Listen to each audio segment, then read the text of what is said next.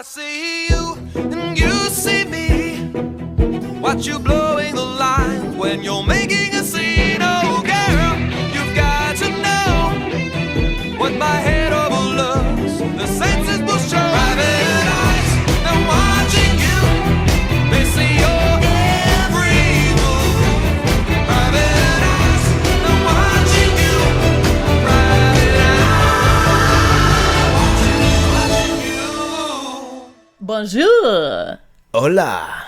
And welcome to episode 16 of LMNOP, the podcast about the best show on television, Elementary. Boys! The boys. That's not the best show on television. The superheroes, punchy. Nazis are bad. They do gross sex stuff, and Yeah, they're it's always brutal. saying sex words and swears, and Lots of butts. not as many butts as there could be. The boys, more like the butts. Although I will say, it's mostly the boys' butts. Yeah, I don't think that there's been a single female butt. I know. It's great. That's not the best show on television, though. No, you're right. Because the best show on television is Elementary Elementary! on CBS.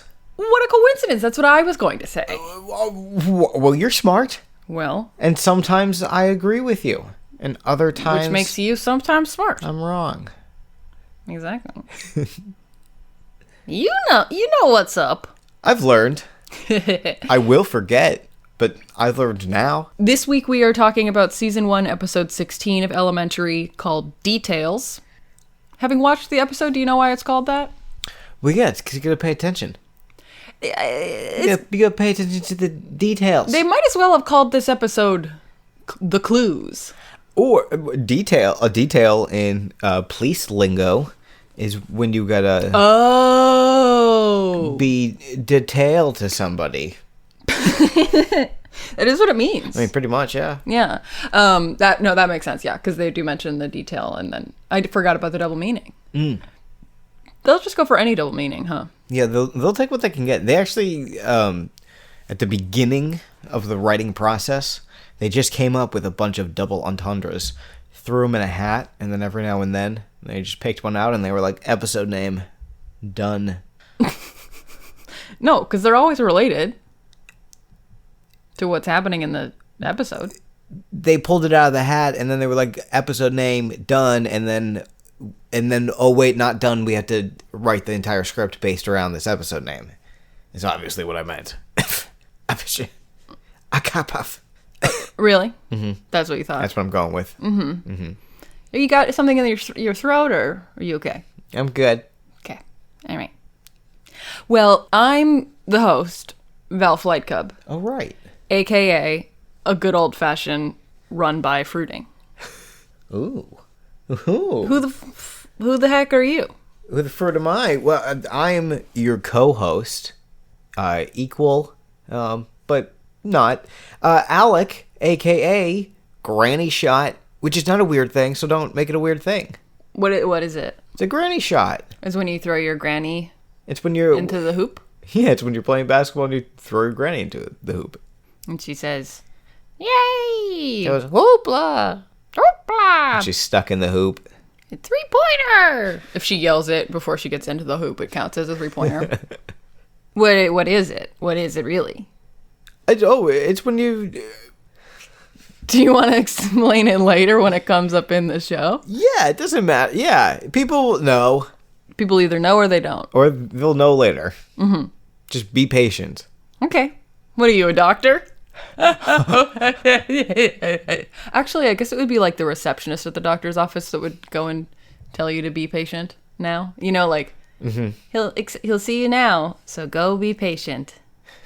You know? Yeah, go be a patient. Yeah, that's what I said. The doctor is probably the person you see the least at the doctor's. Yes. Yeah, I've gone to the doctor and not seen the doctor at all. It's like when you go to the dentist. You don't always go to the dentist. Well, I haven't been to the dentist in a very long time, Yeah. so I have no basis. Yeah. It's kind of like when you have a dental problem, you don't go to the dentist. Yeah, I see the dentist very not often. Infrequently? Infrequently, yeah. So anyway, this episode of Elementary, let's not talk about your teeth falling out of your head. This episode begins with Joan coming home, and the lights are out, and she goes to flick the switch on, and it doesn't work. She yells, "Sherlock, we gotta check out we've gotta replace the bulb in here." And then all of a sudden she hears a very convincing American accent. Hey, I'm an American guy, and I broke into your house, and now I need you to give me your monies. He doesn't ask for money. He says, "Where's Holmes?" Like that. Oh, right. And Joan was like, "You're standing in it."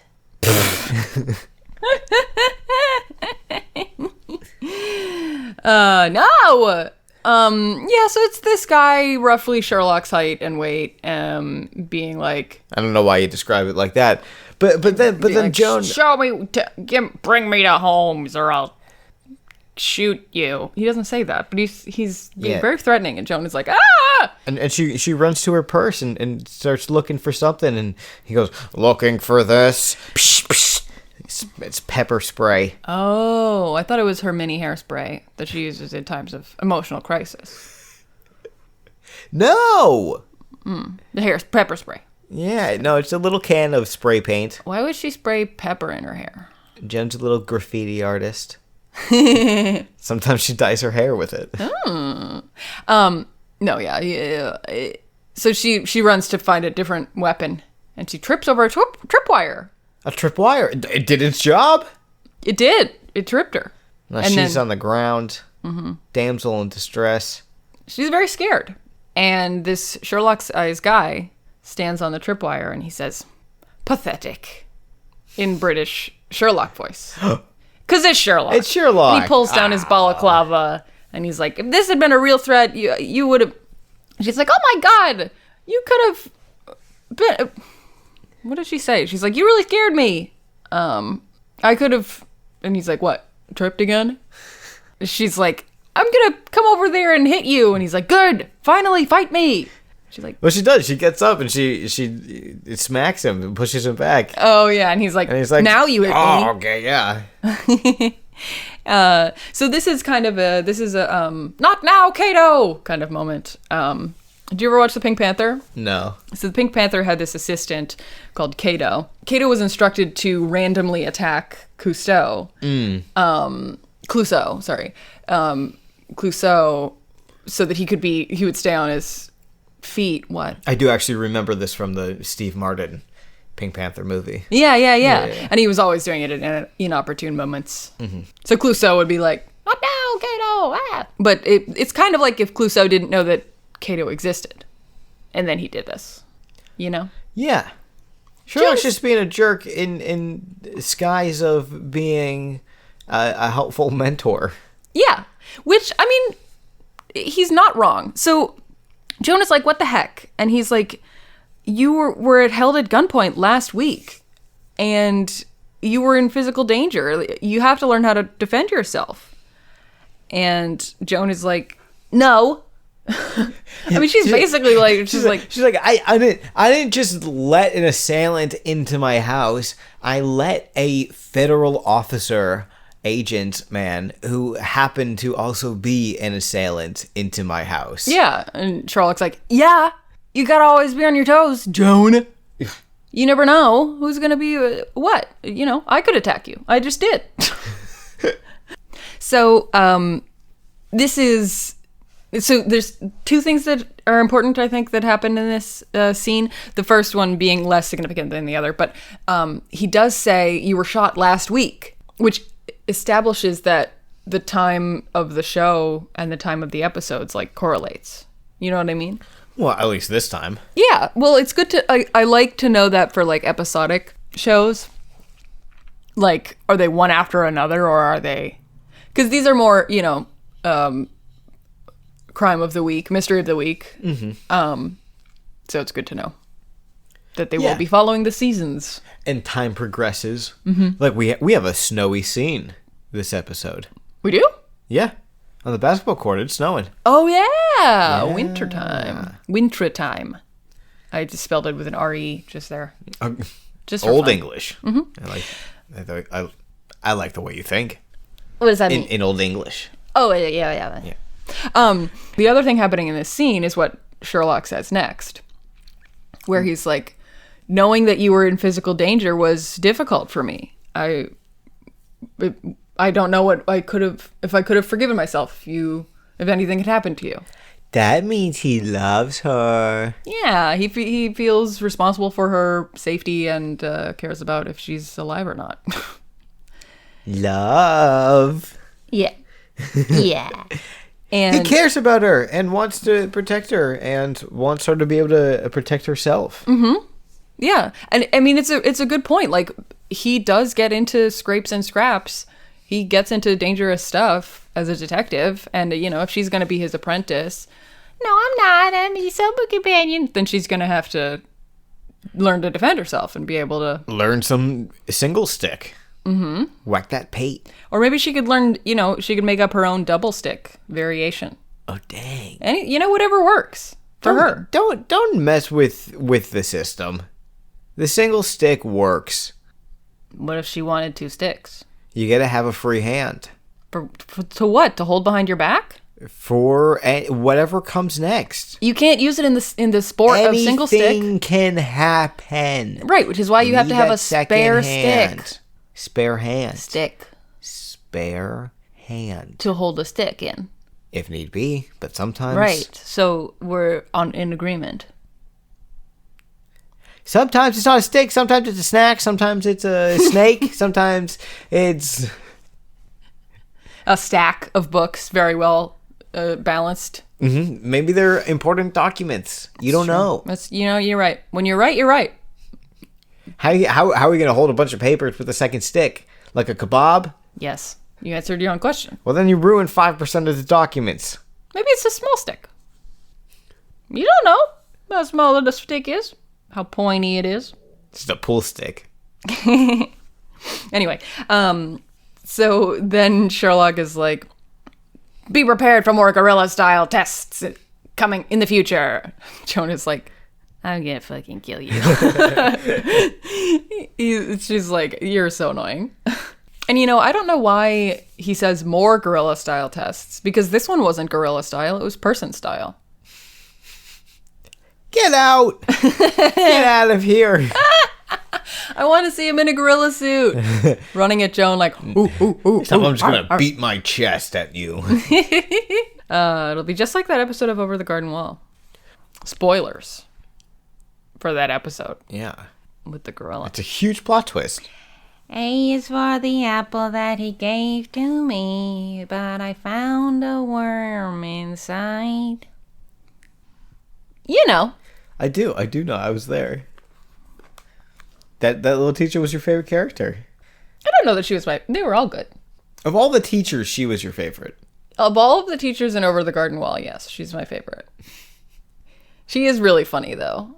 Oh, my poor Jimmy Brown. Why did you have to leave me so? I should have been in Over the Garden Wall. That's what I kept telling them. I could be the little pig in the classroom, eating the potatoes and molasses. Now I'm just thinking about that. You think that tasted good? I mean, it was animation, so nobody had to actually eat it, but you think that would taste good? No, they seem like really plain potatoes. I don't think just adding molasses would fix anything. Doesn't really marry the flavors. No. Yeah. It'd just be like sticky. Molasses also has a flavor. Yeah, it tastes sticky. Anyway, B is for Marcus Bell, who's in this scene. So he is he's doing a classic about to have a plot happen to him thing, but they put a twist on it. So Bell is leaving a voicemail for Captain. But then he finishes the voicemail and he hangs up. So it's fine. Because he calls and he's like, hey, Captain, it's Bell. Just wanted to say I've got some info on the case. I'll brief you in the morning. I'm going home now. I'm a police officer driving a car. Mm-hmm. Hey, Captain, just wanted to remind everybody that this is what my voice sounds like, and I'm a police officer. And it's nighttime and I'm driving. I'm only calling you because CBS couldn't license me a song to sing along to. Oh, yeah. Because it's a way to establish that he's, like, not on a case. He's just chilling. Yeah. Wow. Oh, we got robbed again. Let Marcus sing. I bet they don't let him sing because the character of Marcus isn't a good singer, but the actor is great. I want Marcus to do karaoke. Oh, I want Marcus and Sherlock to do a duet in karaoke. Sherlock is like, Marcus, you must know the words to this song.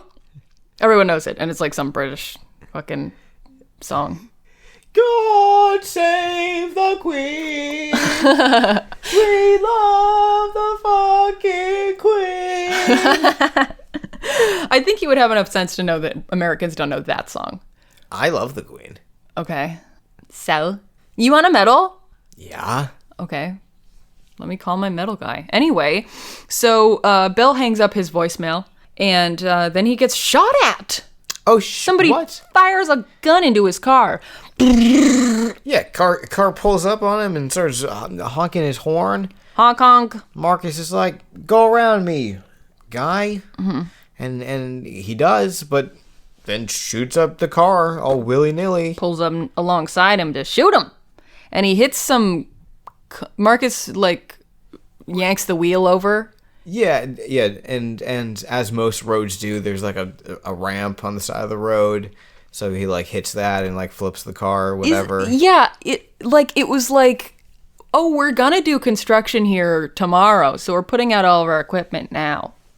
Like there was all these cones, but they weren't around like a hole, you know? Like, yeah, they were like get ready cones. Right.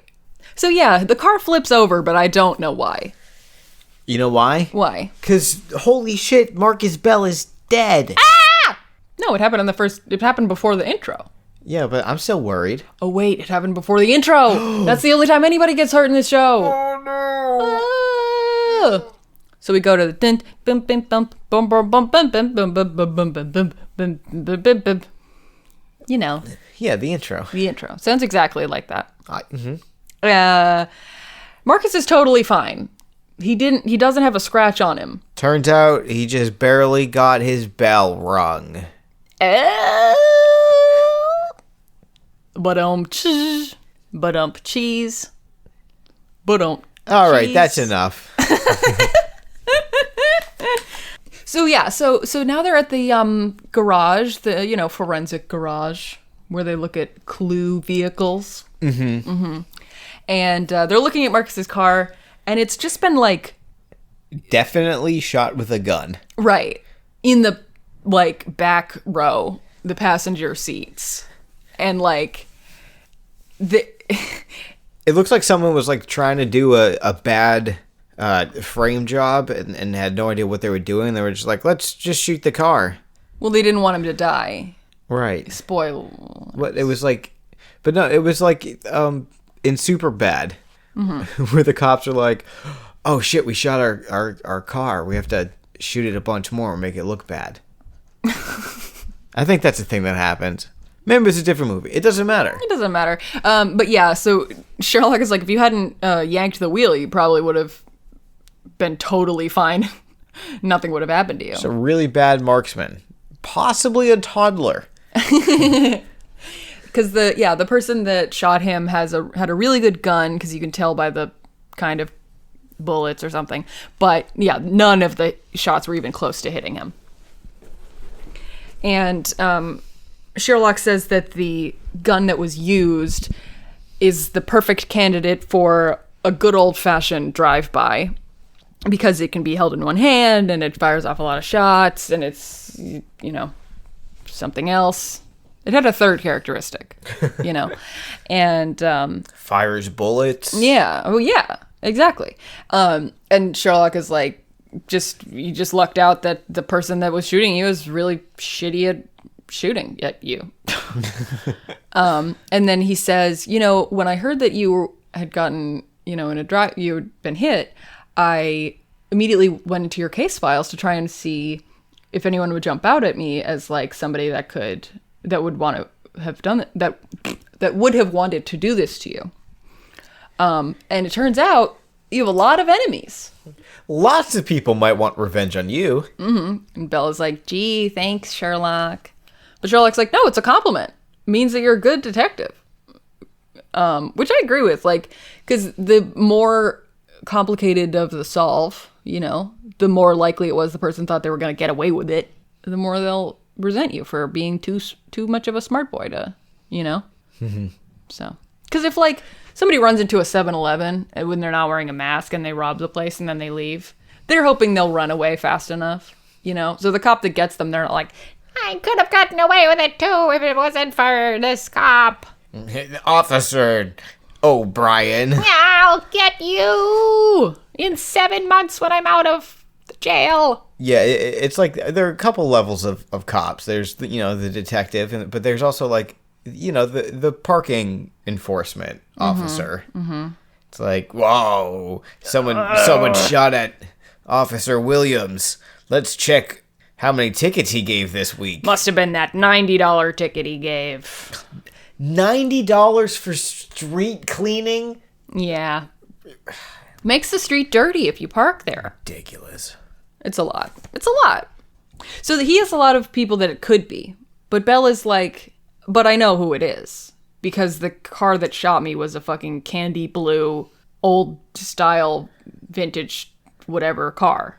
It was very distinctive. It had a vanity license plate called Big Willie, which is the street name of someone Marcus knows. Yeah, exactly. I also just want to say, this car looked like the fucking Jetsons car. Anyway, so Bella's like, this was Curtis Bradshaw. This guy I put away because he was... Oh, no, I was going to just like blah, blah, blah, blah through this story, but it's actually important. So, Curtis Bradshaw was a colonel in the gang, not just a lieutenant, but a colonel.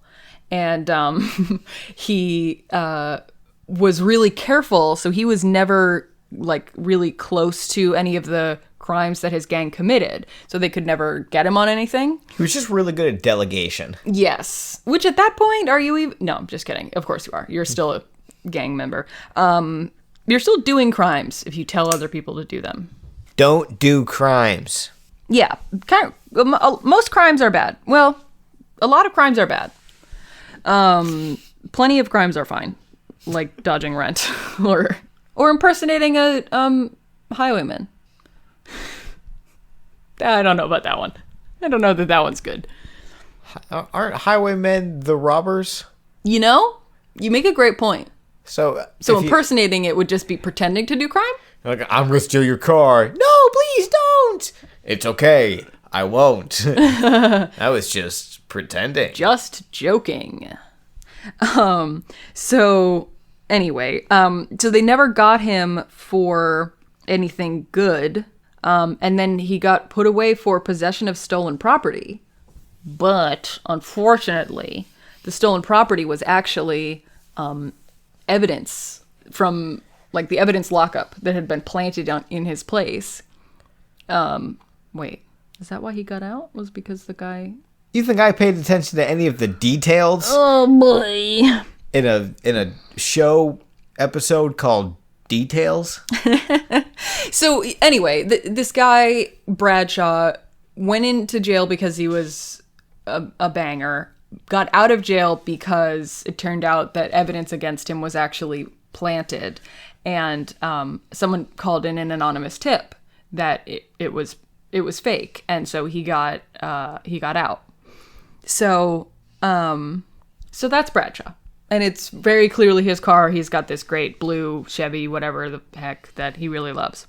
So now they're at the precinct, and this officer, Reyes, comes up to Bell and is like, Mr. Cheese has a message for you? I don't know.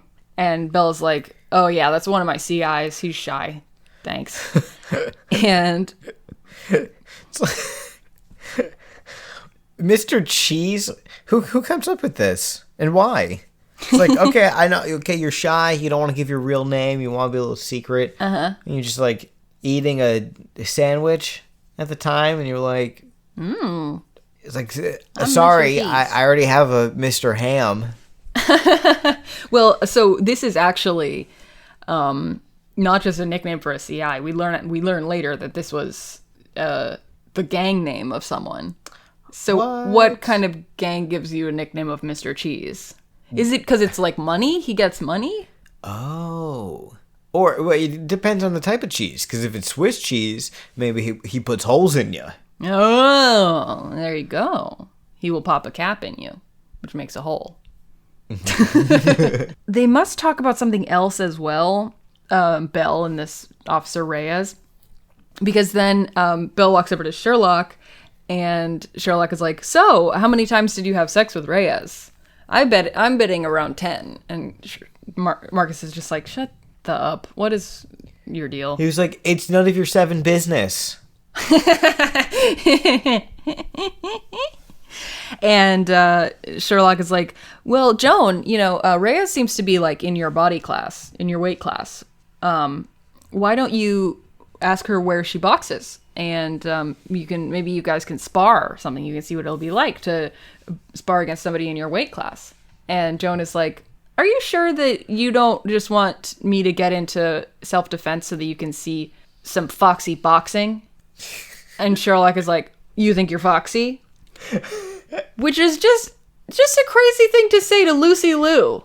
Like, yes, of course she's foxy. You are fully aware of the reality of the fact that you are indeed foxy? Yeah. Well, what, Joan? You think you look like Lucy Liu? What, you have eyes?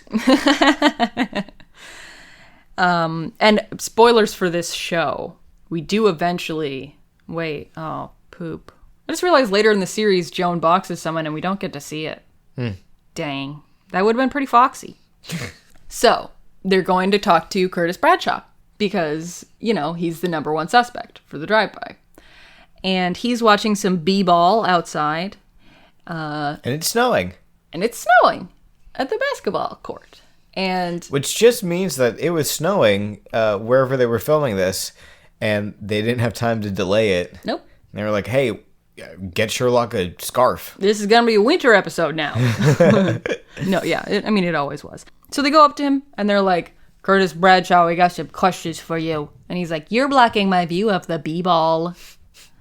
And they're like, blah, blah, blah. Where were you last night? And he's like, I don't have to talk to you. And they're like, oh, isn't this your car? And he's like, it got stolen 2 days ago, actually. I was just about to report it. Oh, whoops. That was silly me.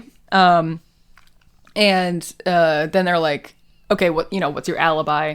And his 2 friends, they're sitting on either side of him, each give an alibi. Like, oh, he was watching movies with me. Like, he's like, oh, he was with me and the boys playing poker. Yeah. The boys, one was a pit bull.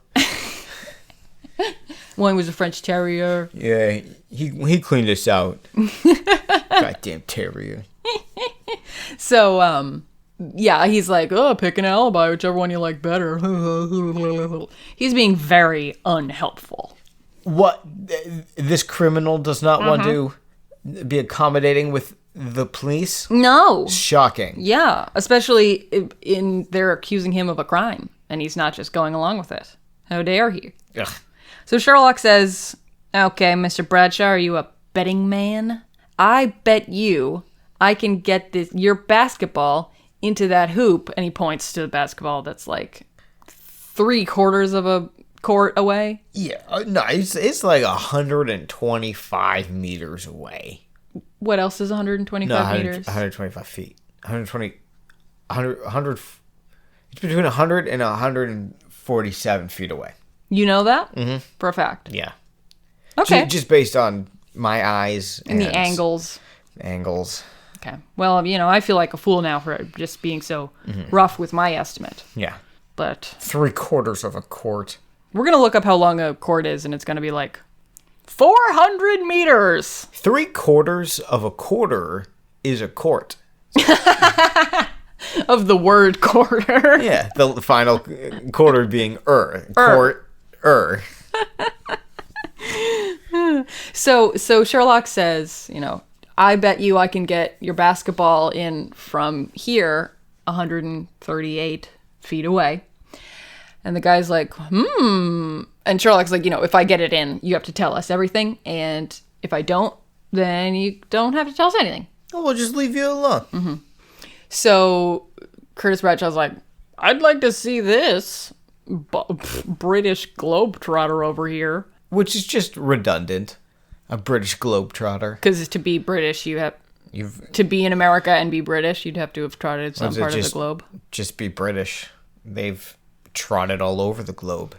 More like trodder, though, because they trod on people. They've trod. They trod it. Let me tell you. Anyway, so Sherlock gets the basketball, and he gives a few practice swings through his legs. Granny shot. A one. That's what a granny shot is. Oh, if he had... Okay, because what he doesn't throw it in front of him. Well, no, but so like typically the basketball, you do the basketball, you kind of like push it with one hand in front of you. You know how you basketball. Yes, I do. Yeah. But a grandmother doesn't have that upper body strength, so she needs to use physics to her advantage. She's had her whole life to study those physics, so she knows that if she swings the ball beneath her legs and then launches it like a trebuchet, Yeah. a trebuchet, then it would go into the hoop, which is exactly what Sherlock does. But he forgets to release the ball in front of him, and instead he does it above him, which causes the ball to go behind him onto the roof of some distant building. Thing. Yeah. It's so funny. Bye-bye, ball. Because you're like, oh, Sherlock has some like hidden talents over here. And then no. You're like, ooh, Sherlock's going to use like some Sherlock ability to bounce it off a tree branch. But no, he uses his Sherlock ability to realize this guy's not going to talk to us anyway. Fuck him. So he throws the ball, and they're like, you're going to get that ball, right? And they're like, he's like, bye. That wasn't part of the bet. It's like that joke, like, I'll bet you $10 that I can pee into that cup from on your bar. And Yeah. You know, it's like, oh, but I bet that other guy that you could $100 that I could pee all over your bar and you'd be smiling about it. Mm-hmm. Yeah, it's like that. It's kind of like that. It's more like when you play the spoon game with your sibling, where you're like, hey, put this wooden spoon in your mouth and then try to hit me with it, and then I'll go. But when I go, I'm actually gonna just hit you with it. Just hit you, yeah. I love that you always explain these games as like, when you and your sibling, blah, blah, blah. And it's always some fucking cruel thing. Like, yeah. You know, like when your sibling is like a baby and you like throw them down the stairs. Yeah, well, honestly, most of my sibling memories are someone winds up crying. And now all of your TV watching memories are someone ends up crying. Well, things are happy and or sad. Mm-hmm.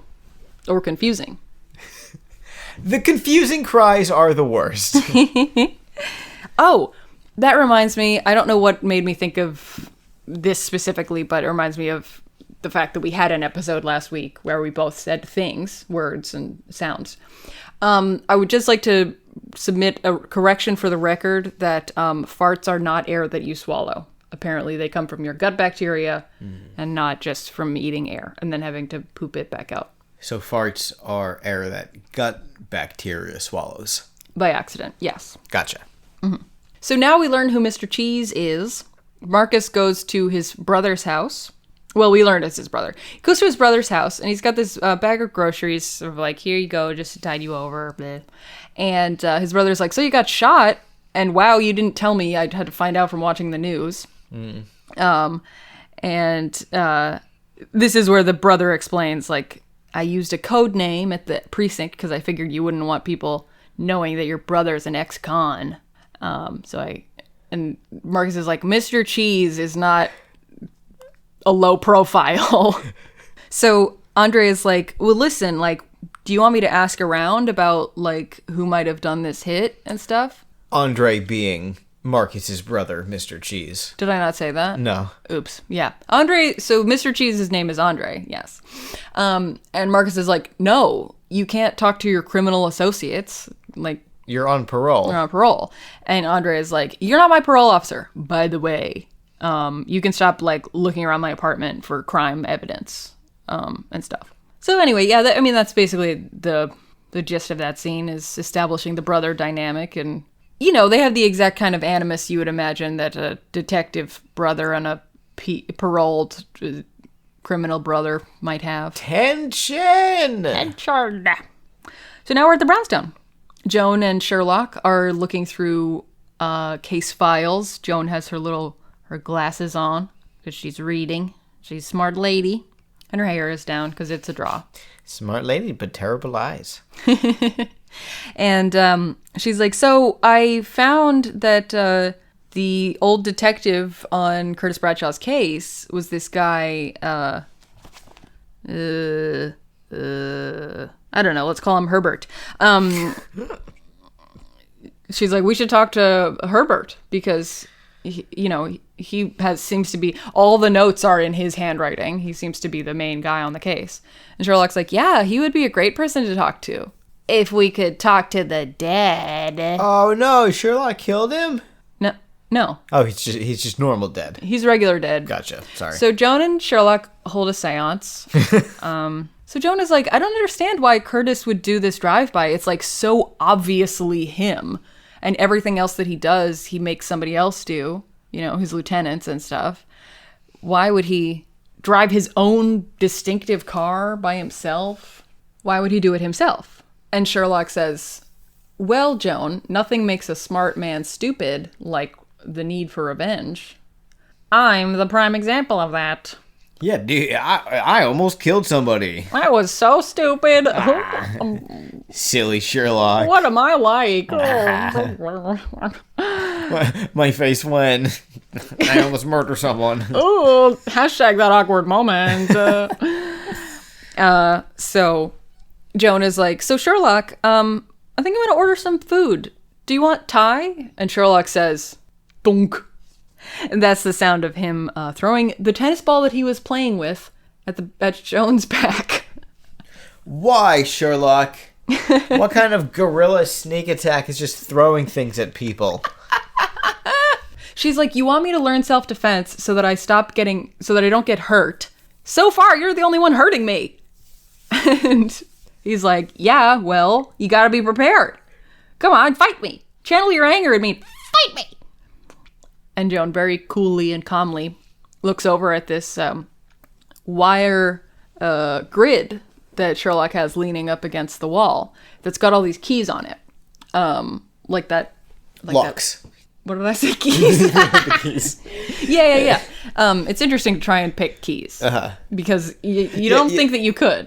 Well, actually, what Sherlock likes to do is he finds keys on the ground, and then he designs locks to be unlocked by those keys. Oh, it's pretty cool. Yeah. No, they're locks. I wrote key wall on my notes. So he has this grid. Yeah, he has this metal grid that he's hanging all these locks on. And she just looks at it and goes, these are hung in some kind of particular order, aren't they? Country of origin. And she just goes, do it again. Clang, and pushes it over onto the floor. Knocks it down. Locks everywhere. And we get it's a great 10 seconds of television because the transition between these scenes is first we get, Joan does that and Sherlock gives such puppy face. I'm just like, oh, my locks. My lock wall. It's so funny. I will post an image of it in the Discord because it's very good and everyone deserves to see it. Then we cut to, oh, no, we don't cut to this immediately. Sorry. There's an interlude first, but we cut to this woman outside her house somewhere in the city and she's like, hey, you can't sleep here. Hey. You can't sleep here. And, she's yelling at somebody who you only see the back of their head. And then, reverse shot. We see his front. He's not sleeping. He's not sleeping. He's dead. Bum, bum, bum. Bum, bum, bum. And it's Bradshaw. It's Curtis Bradshaw. Curtis. And then we cut to when the police are called and everybody's there. And Sherlock just is mimicking Bradshaw, is just like laying in front of him with the same kind of facial expression and everything. Yeah, dead twins. Like, I guess trying to get a sense of what he was seeing. I don't know, like. Yeah, I mean, I guess you want to get the perspective of the murder victim. But this is not where Curtis was shot. This is where Curtis landed after he was shot and fell down backwards. Oh, yeah, good point. Good point. That also, I already have taken a picture of because I thought it was so funny when we were watching it earlier. And I have posted it on our Twitter, twitter.com/LMNOPcast, if you want to see Sherlock and Curtis just chilling, but Curtis has a bullet hole. Sherlock is at the crime scene, and Detective Reyes is there as well, because I guess it's her beat, something. And he's like, hey, you're Paula? And she's like, I'm Reyes. Oh, also, did I say detective? She's not a detective. No. 'Cause she's still wearing a uniform. Yeah. So she's whatever that is. I'm parking enforcement Reyes. And Sherlock is like, hey, where do you box? And Reyes is like, how do you know I box? And Sherlock's like, okay, shut up. I'm sensing a clue. I'm seeing a clue. No more talking now. My brain's doing things. Also, both times that Reyes has been here, her partner has been a couple feet away. And it's the guy from Orange is the New Black that plays the guard that dates that one prisoner. Uh-huh. And he has like 2 lines. Yeah. His whole point is he wants to bone Reyes. He also wants to get with Reyes. Yeah. It's just another thing for Sherlock to detect about Reyes and the people around her. Well, maybe this guy hates Belle so much for being with Reyes when he wanted to be with Reyes that he drove Bradshaw's car. Yeah. Mm-hmm. And did a terrible job shooting him because he wanted to kill him. It's a terrible plan. Yeah, it is. It's not a great plan, but, revenge makes smart men stupid, so I'd hate to see what it would do to you. Oh. All right, well, enjoy the rest of the podcast, everyone. I'm sorry. Goodbye. So the clue that Sherlock sees is a boot print in the ground. Or it's like in a cardboard box, something. It's like a squishy piece of gross thing on the floor, on the ground. Yeah, the it's city like a ground. Mud boot print. So Sherlock and Captain go to Belle's apartment because the shoe print is a size 10, the size of Belle's shoes. And it's a Bugatti. A Bugatti? Yeah, it's a Bugatti. You want a hot body? You want a Bugatti? You better work, Belle. So, Sherlock is like, this is the kind of shoe you wear, and it's your size. And so it kind of looks like it's you. And Belle is like, do you really think that I could kill somebody? Sherlock's like, well, I think anybody, given the right circumstances, could kill somebody. And Belle and Captain do not look very happy with this. No. And Sherlock's like, I don't actually think you killed Curtis. I don't think you did this one. I'm just saying. Yeah. Everybody has it in them. I'm just saying murder's like sometimes an option. I'm just saying murder is just like right underneath the surface. It's right there. Could come out at any time. So, he's like, no, I don't think you did it, but, somebody's going to be asking these questions. These clues lead to you, so, you should be prepared for them. People are going to ask you questions, and when they do, you shouldn't act like a giant baby like you are right now. Mm-hmm. And Belle says, my diaper is uncomfy. I hate you. No. Captain is like, why don't you give us some space? And Sherlock goes to the water closet, which is when you have an extra pantry, and so you get a big aquarium and you put it on the middle shelf, and then the lower shelf is like for your fish food and the gravel, and maybe a floaty, so it looks like kind of aquatic, and then the bottom shelf or the floor of the pantry is where you put all of your bottles of piss. No. No. I gotta clean out our pantry then. Please do. And so Captain just tells Marcus that he's on administrative leave because fucking obviously, like, it would look really suspicious if he was working this case that he was also a suspect of, and he's also like investigating the murder of the guy he hates, or not the guy he hates, but a guy who might have tried to kill him. So now we cut to Joan in therapy. And she's wearing a little necklace that's like a cloud and a little lightning bolt. It's very cute. Huh. I like it. I didn't notice. Yeah, what else happens in the scene?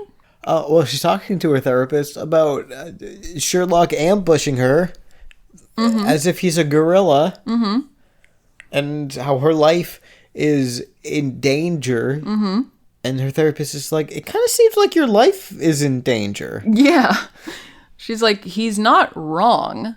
Maybe you should, like, move on from this now. Like, you've had a lot of fun and it's been really cool. And Joan is like, I'm not doing it because it's fun or cool. I'm doing it because I'm making bank. No. Oh, wait, I'm not getting paid. I'm not getting paid. She's not getting paid at all. She's not getting paid. She's just there for some other reason. And, you know, Sherlock's sobriety is kind of fine. The therapist even says, like, look, if he wants you to be safe, if he cares about your well-being, why isn't he telling you to be safe by not being around him anymore and moving on to a new client? And we know why. It's because she loves to detect. And he knows it. She's a detective. She's a detective. She can't help it. So she gets home to the brownstone, and Sherlock is listening to some loud music, some punk rock, perhaps. It's quite loud. He's actually not even listening to it because he's wearing Noise canceling. No, he's wearing Noise canceling earmuffs. Am I wrong? Is that what they're called? The things that block out sound? Mm-hmm.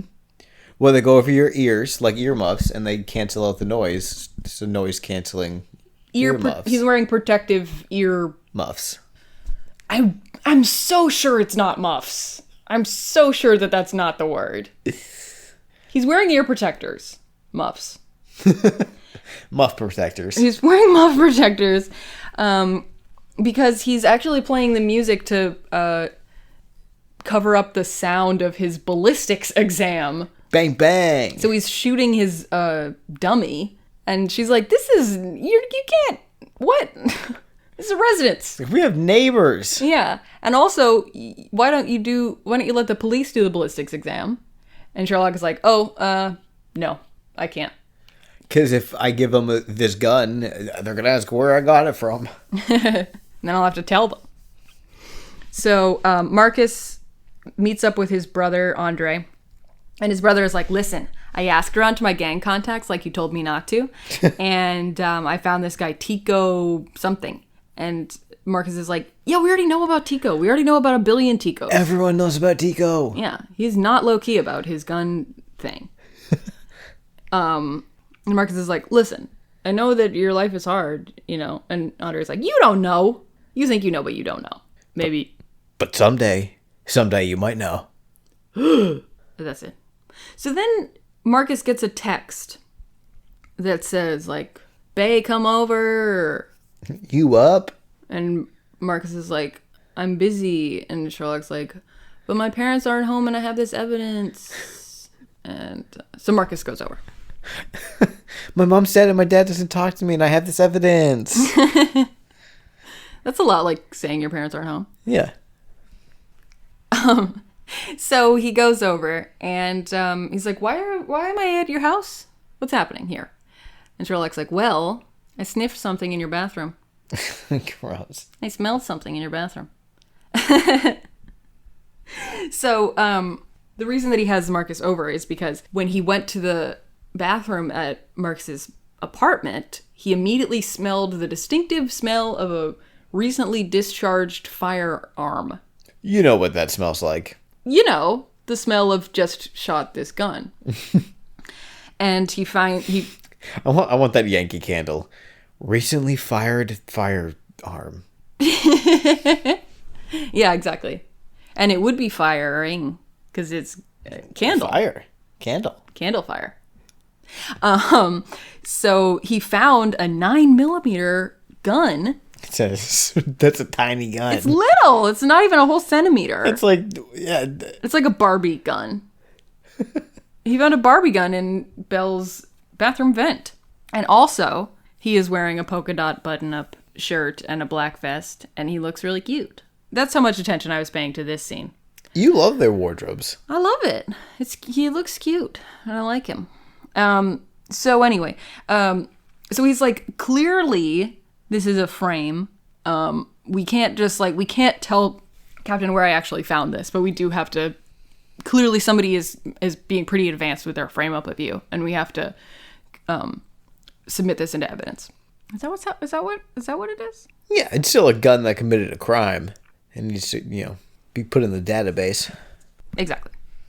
So they go to the captain the next day, and it's the next day because Sherlock is now wearing a button-up jersey shirt that's blue and looks very soft and stretchy, with a cardigan over it. And so Sherlock is like, yeah, Captain, I found this in a dumpster. What? I just love searching through dumpsters. So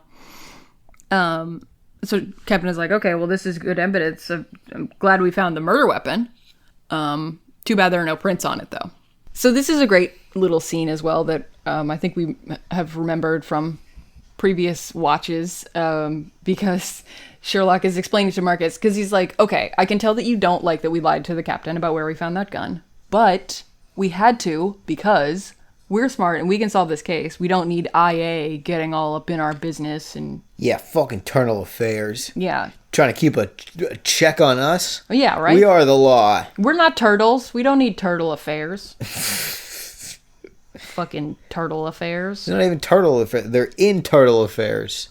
They're like little bacterian turtles. Stuff about the minds of turtles. Hey, where's Clyde? He's just chilling. He's a turtle. Anyway. He's still in the drawer. So, yeah, he's like, I know that it wasn't you. Obviously, it's a frame up because only an idiot would bring a gun back to his own place, and you're not an idiot. And Marcus puts his elbow on his desk and puts his head on his fist, and he goes, thank you. It's so cute. He looks really cute. So sweet. It's like, aw, you don't think I'm an idiot. Thanks, Sherlock. That means so much.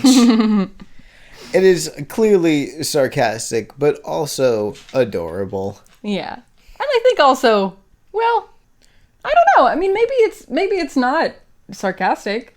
It's Sherlock, at least partly Yeah, sarcastic. no, yeah, of course, yeah. So Sherlock is like, we did the right thing. See you later. Bye. So now Andre shows up because Marcus invited him here. He was like, hey, bro, we gotta talk about something. And Andre's like, oh, you're okay with everyone here knowing that I am your brother? I'm a felon and I'm your brother.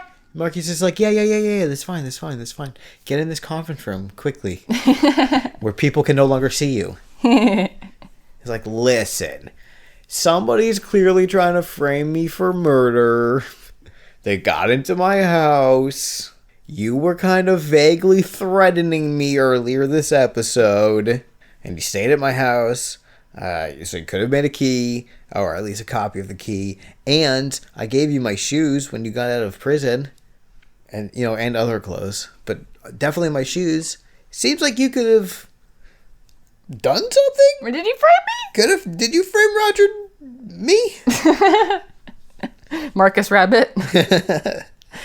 Yeah, and Andrea's like, how dare you?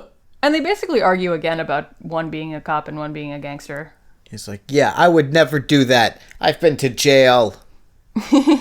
You didn't go to jail. He's like, yeah, I didn't. You went to police school. I was with Mom while you were in jail. You could have gotten out of jail, but you didn't. Then Sherlock had mentioned earlier that Marcus was Captain's favorite apprentice. And now there's like evidence of this because Captain has definitely said, if you did this, now is the time to tell me. Or like, if you have any involvement, if you blah, blah, blah, blah, now is the time to tell me. Mm-hmm. And Marcus says it here to his brother. He's like, if you're wrapped up in this, now is the time to tell me. We can fix it. Whatever. Andre is leaving, and he's left the conference room now, and he's like, you know what? Fuck you, actually. And punches him in the... Oh, no! Right in the bell. And then the most unrealistic thing in the world happens, which is a bunch of cops swarm them because, he just punched a cop, which that's fine.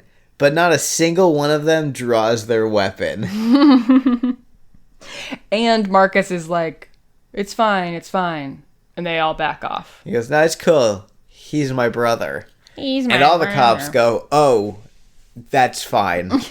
My brother also punches me in the face quite often. It's like a wife can't be forced to testify against her husband. A brother can't be brought up on charges against his other brother. It's, Yeah. It's the Cain and Abel rule. Yeah. Brothers are allowed to kill each other. That's not a rule. You know that, right? Your brother knows that, right? No, Oh, boy. it's dangerous.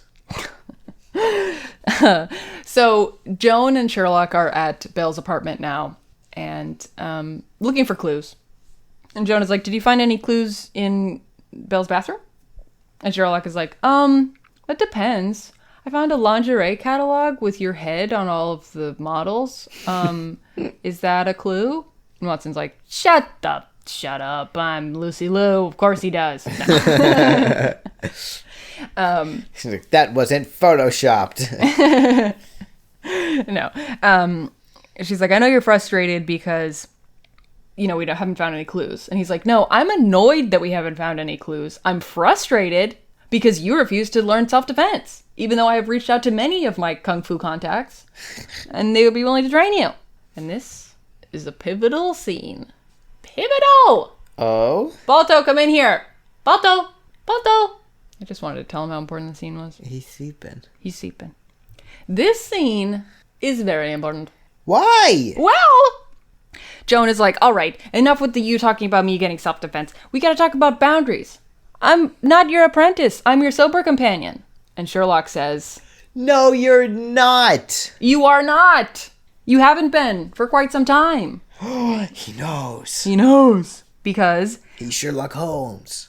last week he called his dad about the ransom money for Reese's daughter. Whoa, oh, right. Yeah, and Moreland was like, what's up, son? And Sherlock was like, yeah, things are going good. Thanks for letting Joan stay on. And Moreland was like, huh?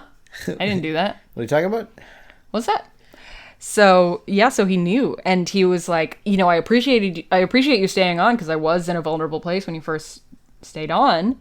But then I thought maybe you thought I was still vulnerable. And I'm not. I'm good. So I've been making a point to be really good. And You've seen me. I haven't done a single drug. I've been doing a lot of no drugs around you on purpose. And then he was like, wait, but then you didn't leave. And so now I know. It's not because of my sobriety. It's because you think I'm sexy. He starts stripping and he's like, we've got to confront the truth, John.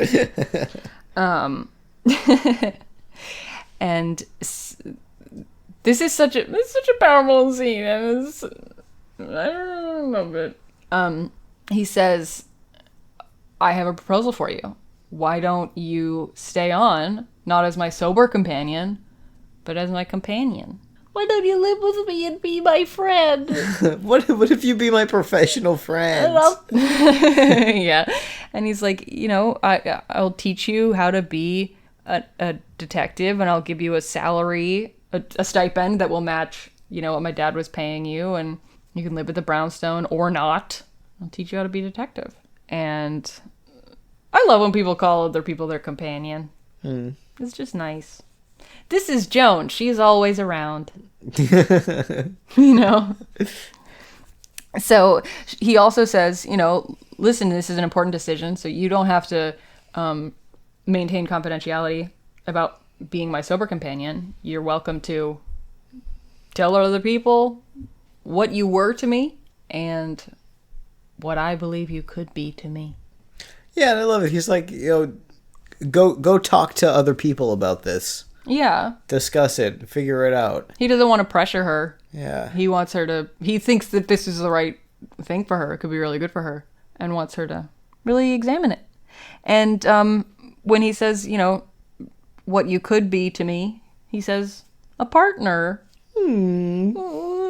Which I think that's the first time that he's really said, like, we would be equals. Yeah. And that's such an important part of their relationship. that I think a lot of other Sherlock properties don't get right. I'm going to say it for the millionth time. Elementary is... I know you hate Robert Downey Jr. and Jude Law. Yeah, they can eat an egg, as far as I'm concerned. Do you think they're the sexier pairing? As opposed to who? Lucy Liu and Johnny Lee Miller. And I mean Jude Law in his prime. Do you mean that are Robert Downey Jr. and Jude Law sexier than Johnny Lee Miller and Lucy Liu combined? Or do you mean like if they were to smooch? No, just combined. No, I don't think that they... I don't think Robert Downey Jr. is that attractive. Maybe because he's played Iron Man for so long that's who he is in my mind. I'm just like, okay. You don't want to fuck Iron Man? I don't want to... Do I want to fuck the military-industrial complex? No, I don't. Well, that makes one of us. Shove a missile up my butthole.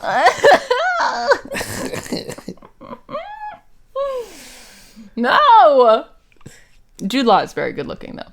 Anyway, what were we talking about? Oh, yeah.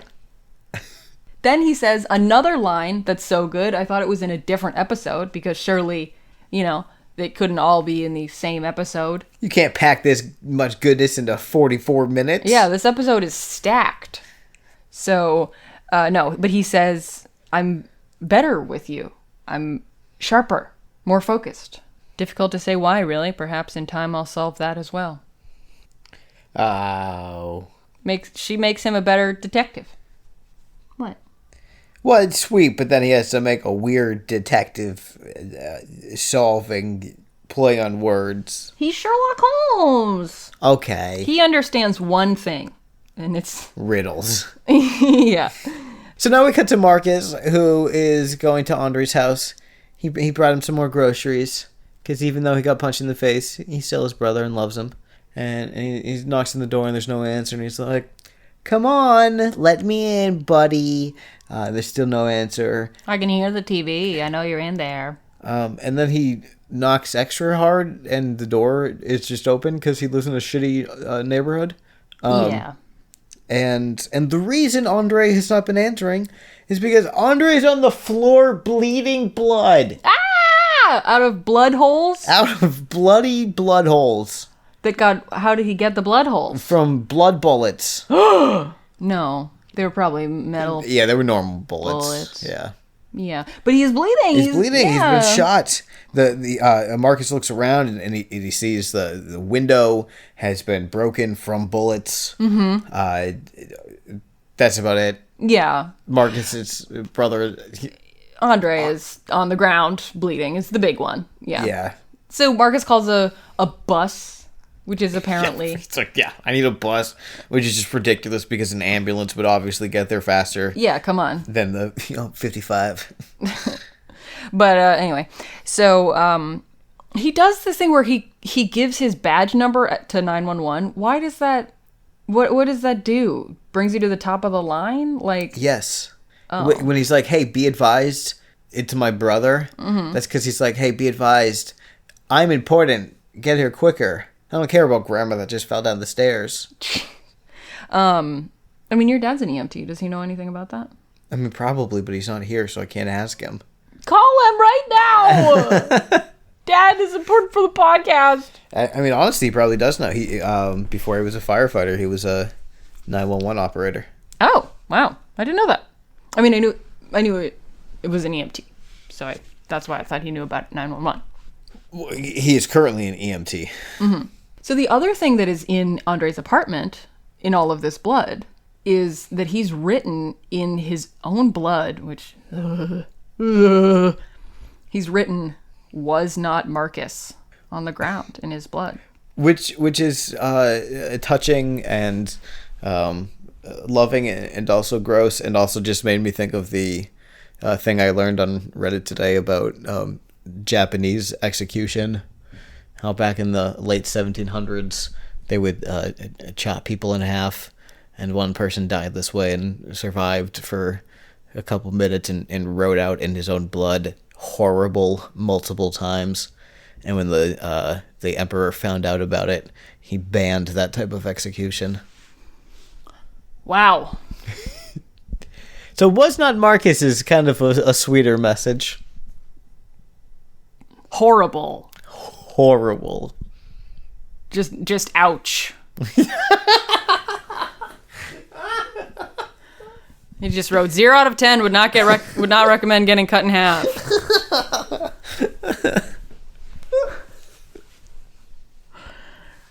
Wow, that's haunting. I'm glad they don't do that anymore. Anyway, so Joan and Sherlock have heard about this, and they're looking at the clues and everything because Marcus has gone to the hospital with his brother, obviously, because it's elementary, so he hasn't died.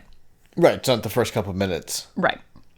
And Sherlock is like, it's weird, I combed through Belle's whole apartment and I didn't find any evidence of a brother. And Joan is like, well, yeah, but I mean, he said they weren't on good terms. And Sherlock's like, yeah, but I'm me. I noticed everything. Yeah. It's weird that I didn't see his fingerprint indentation of I have a brother that he left on his shower curtain. I don't know. Anyway, so this is where Sherlock compliments Andre as well for not being stupid either. Marcus and Andre runs in the family not being an idiot, I guess. Smart boys. Because he says, Andre wrote was not Marcus because he knew that this was part of a frame-up, and he didn't want to be part of it. He didn't want to. He didn't want his death to lead to his brother going to jail. Sherlock says all this? Yeah, he's like, Andre must have figured out that this was somebody was trying to frame Belle about this because of all the other stuff that was happening.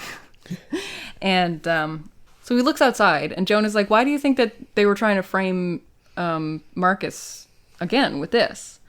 And he's like, well, look at that slight divot in the dirt. If that's not an imprint of size 10 Pregati boots, I'll stop throwing tennis balls at you. And unluckily for Joan, he's right. So he doesn't have to stop. So he chucks another couple at her now. Yeah, he does it right there. So then they go to the hospital where Marcus is waiting, and he's like, why is he still in surgery? And Joan is like, it's good that he's still in surgery. It means that he's more likely to survive because they're suturing him something. It's a good... Doctor. Yeah, she uses her surgeon knowledge to be like, it's good that this is happening. And they start talking about him, and Marcus says that he never forgave his brother for staying in as long as he did. In the bath, and he became pruned. It's like, you look like a little raisin. In jail. In the jail bathroom. Bathtub. No. And he's like, I hooked him up. I used a big favor to get him a parole hearing that was, parole hearing moved up, and he didn't take it, or he didn't take the opportunity to rat out his friends. Yeah. So he stayed in longer. All they had to do was give up the name of a guy that was already in jail. That they had already figured out it was him. Mm-hmm. They just needed confirmation. Yeah. But no. And so Joan is like, oh, it's because you're the whistleblower. And Marcus is like, huh? What? How'd you know that? What? And Joan is like, the anonymous tip got called in a month before your brother got this moved up parole hearing. That was the big favor that you called in. You're the anonymous tipster, weren't you? And Marcus is like, yeah. Just so we're clear, because I didn't get it during the episode, it took me a minute. The whistleblower in the Curtis case of how Curtis was thrown in jail because of the planted evidence. Yes. So Marcus was on that old detail, but he turned in his boss for planting the evidence. He's like, it was a plant. Yeah. He's like, I'm not gonna let this guy break the law to put him in jail. So he's like, yeah, so it was me. So what? And Sherlock's like, so what? So the people that you put in, the people that you turned in might be mad at you about that. It's like, no one knows it was me. Yeah. Sherlock's like, wow, maybe somebody found out. Yeah, in the intervening months, in the long time between that happening and now. And wouldn't you know it, they have a suspect from the old detail. Someone that we have seen multiple times in this episode. Detective. Mr. Cheese. Sorry, what? No, not Mr. Cheese. Police Officer Cheese. Officer Cheese. Officer Kickboxing Paula Reyes. Yes. Paula. Koala. Koala Paula. So they're in the conference room looking interrogation room, you know, the one that they use for their less dangerous or the suspects that they're trying not to tip off, I guess. Yeah. They're doing a parlor room reveal, so I don't know why they're using there. They do this all the time. Yeah. When they're like, oh, we're just coming in to chat. We just have some extra questions for you. But actually, we're going to tell you everything that we know, and we have all the evidence that we need. But we're just going to do it in here because NCIS is using the interrogation set. room. So. Yeah, she's like, did I do something wrong? And the captain is like, oh, you did a lot of things wrong, Reyes. So they're walking through how she did this. So turns out the guy's name was not Herbert. It's Mickey Hudson. But as far as we're concerned, Herbert. So instead of going through the who says what in this dialogue, I'm just going to say what happened. Yeah, it's much easier to follow. Yeah. So Reyes was on the old detail with Herbert, and she found out who had tipped off IA, the quote-unquote rat squad, because she's actually dating someone from the rat squad right now, who she would be like, you know, it'd be fun pillow talk is like if you told me like who the anonymous tipster was, and I was like, you know, that case a couple of years ago. And she was... When Herbert was brought in, you know, she was suspected for helping him, and she was questioned, but she was never... They could never pin anything on her, but it still left a black mark on her record. She didn't get the promotion she wanted. She didn't get to go to the... She didn't get to be in the holiday Christmas party play. Right, exactly. She was like, I'll take tree number 3. And they were like, no, you know you did. So, yeah. Then, in the middle of this, she says, have you got a problem with me? Why don't you take it up with my union rep? And God, I wish that were me. First of all, being in a fucking union. And second of all, having a union representative that can represent you in court. Why are not all union reps like this? Every union rep should be as powerful as police unions, but police unions shouldn't be that powerful. I want to kill people at work too. I just want to raise please. I want to raise society to the ground. Yeah. With a Z. It always bothered me that raise and raise are opposites. Yeah, well they're not really, because one is fire-based and the other one isn't. Shut the fuck up. Burn it up and burn it down are synonyms, which is kind of messed up. So is... I'm up and I'm down. I'm up for it and I'm down for it, I mean. That's what it is. It's based on a real story. It's based off a real story. You know? Mm-hmm. And Reyes, of course, as previously established, had been dating Belle, which is how she would have gotten a key to his house to plant the gun in his house. And they also found metal eyelets from Pragati boots, probably, in her house that, like, you know, she wore it to frame Belle and then burned to get rid of the evidence. Mm-hmm. But the eyelets didn't burn. And she also recently had arrested this gun guy who had a bunch of unlisted guns. But those guns didn't wind up in evidence. Weird. So where did they go? I don't know. Officer Reyes' house. Oh, there you go. So that's how she did that. You know, we got him. We got it. So now Belle is at his brother's hospital room, and his brother's okay. His brother's getting better. Phew. Mm-hmm. And he's like, so hey, like, you were shot in the back. There's no way that you would have seen who did it. How did you know it wasn't me? And his brother is like, I just knew. I just knew. And also, you literally just told me that someone was trying to frame you for murder. So, even though I lost a lot of blood, There was some blood in my brain, and my brain was working. It just shows, even though his brother doesn't agree with him on a lot of stuff and they both resent each other, he still knows that Marcus is a good dude. Yeah. Oh. Just so you know, if I ever get shot in the back, I'm not writing out was not Val. Why not? I'm not ruling it out. What if I make you because I'm holding a gun to you? What are you gonna do? Shoot me again? Yeah. It would hurt again. That's a good point. Yeah. I'll write was not Val, and then with my dying breath, I'll swipe out not. Or you could write wink afterwards. So they know it's sarcastic. Mm-hmm. So now we're at the brownstone for our last little bit of character things. Character development time! Ah! Relationships in the last 20 seconds. So Sherlock is rearranging the locks again, and Joan is like, oh, now by date of manufacturer, huh? Oh, that's nice. It was smart. And he's like, it was the only one that made sense, And you can tell because he's only got 2 rows up, and they're all rusty and old as shit. And dirty and gross. This reminded me of him being like, oh, arranging them by date of manufacture was just the only logical thing that I could imagine. Just reminded me of, that episode of Futurama where they're getting their lockers inspected by a bureaucrat, and she's like, why isn't this jacket alphabetical? And they're like, what? She's like, the zipper should be at the bottom. I always love that. So that's what he's doing, basically. So then, Joan says something to Sherlock.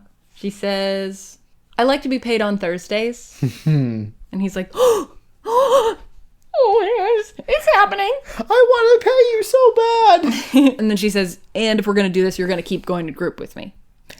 And I'm going to look for a new apartment, but in the meantime, I will be living here rent-free. Rent-free. And Sherlock's like, okay, yeah, great. Oh, I can't wait. This is so great. And Joan is like, oh, and Sherlock, one more thing. And he's like, yeah. And she goes, boom, throws a basketball at his head. Stupid head. And she's like, could have been a knife. Which is something he said when he threw the tennis ball at her. Mm-hmm. So good. Oh. So it's official. She's gonna be a detective lady, solving crimes with her best friend. Sherlock. Oh, it's so good. I love it. This episode's so good and so important to the story, obviously. Uh-huh. I also just like that the episode before this was just like Sherlock being Sherlock, and the case of blue carbuncle, but this is about this version of Sherlock and Joan. Mm-hmm. Joan having to admit to herself and to the world that she really wants to be a detective. Yeah. And spoiler alert, she turns out to be pretty good at it. Yeah? Yeah. Wow. Well, you have to keep watching to find out. She sticks around? No, she leaves after this season. Oh. Yeah. It's fine. It's still a good show. So that's it for our episode of Elementary. But we still got some more info for the Elemental-P episode. Ooh. So, first of all, we would love to chat with you and send you pictures of Balto. You specifically, listener, I'm talking to you. So you should join our Discord. You can find the link to that on our Twitter, which is LMNOPcast. We've got our pinned tweet is the link to join our Discord. We got some great little emojis.